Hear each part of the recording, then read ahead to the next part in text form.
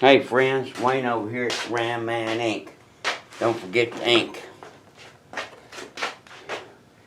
The Ram Man is known to be a straight shooter, and he is more apt to pound or beat it into you than coddle you. All sugarcoating stops here.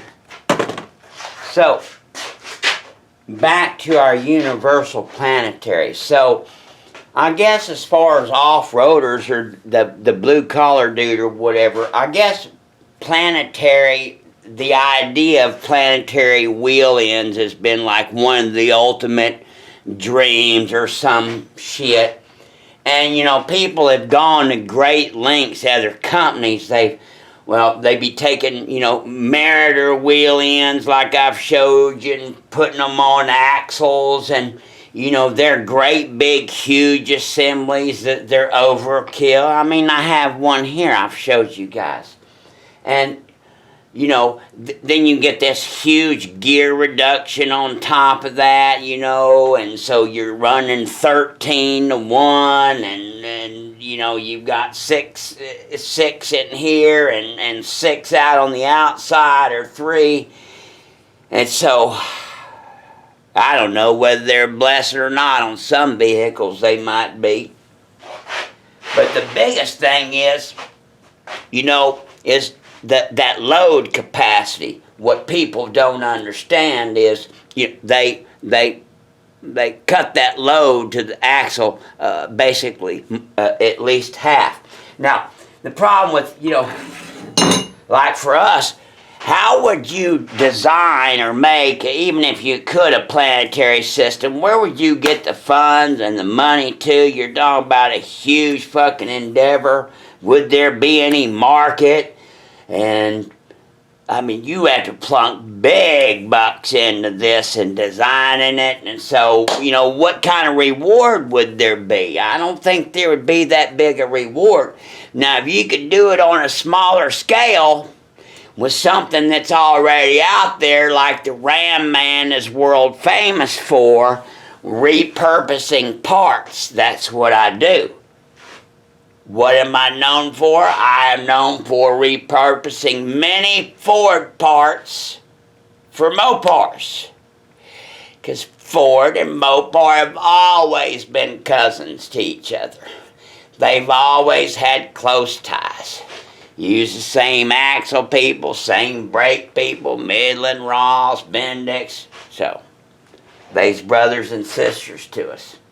Anyway, so if you could take some readily available planetaries that were out there and you could repurpose them for some wheel ends, shit, you might have something going. Now, here's one of the biggest problems, like I've showed y'all folks, is, well, I got in-house gear and spline making. You know, I can do that myself. So that's your big old first hurdle. And, of course, we're used to doing super exotic machine work here. Most people just freak out when they see what I do. Hardened old school boys. And the problem that you run into, I'll tell you one of the biggest problems that you run into, is if we're going to use these factory parts, these factory planetaries that have been made, these assemblies, all of these planetary assemblies, no matter where they come from, the machining is some of the best that there is, and it has to be for the durability, because these different planetaries are the front planetaries out of transmissions, and so therefore they take all of the load of whatever the motor can develop, all of the load. Wheel ends only take either a half or a quarter of the total load. Yeah, so, you know, if you got a four-wheel drive, and it's in four-wheel drive, and it's all locked together, and you got 1,000 donkeys up front, you only gonna have 250 at each wheel end. You ain't got 1,000 here, 1,000 here, 1,000 here. All y'all young kids, no. You got 250 here, 250. Okay, so if these are capable of handling that, then they good enough for wheel ends. I mean, look at some of them. But the problem is, all of these components are super hard. Some of them are through hardened components. Some of them are induction hardened. I've even run into some shafts that are nitrided.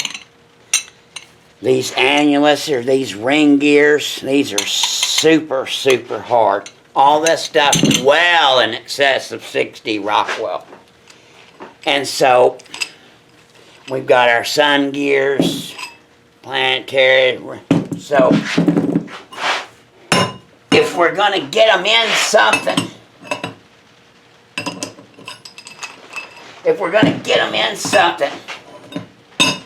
you can't weld this shit. You can't do nothing to it. Any method you use of assembling this stuff has to be a cold method of somehow.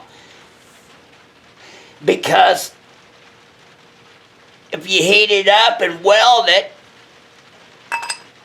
you destroy the hardness and the integrity of the pieces. This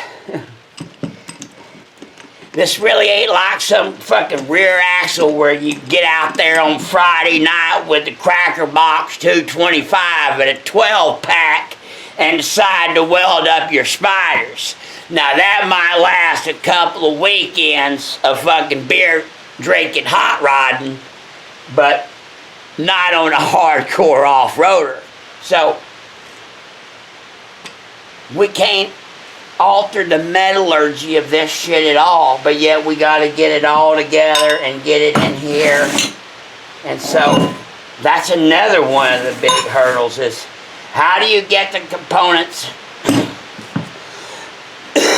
I made this. Go in here, square drive dog. Drive our plate. Got to lock down the gears and the drive dog so we get our 1-to-1 drive on a Planetary, which is not done. No Planetaries are done on 1-to-1 up until, I guess, the Iron Man.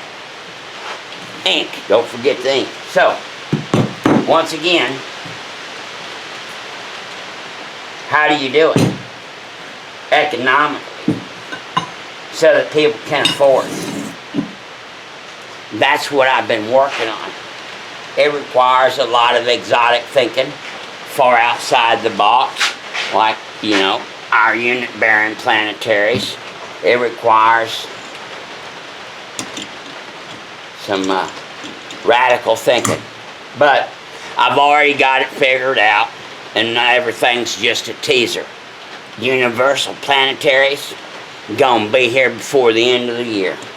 They gonna be here before the end of the year 2020, because while all y'all people been screwing off with the virus thing, I've been in here playing with my gears.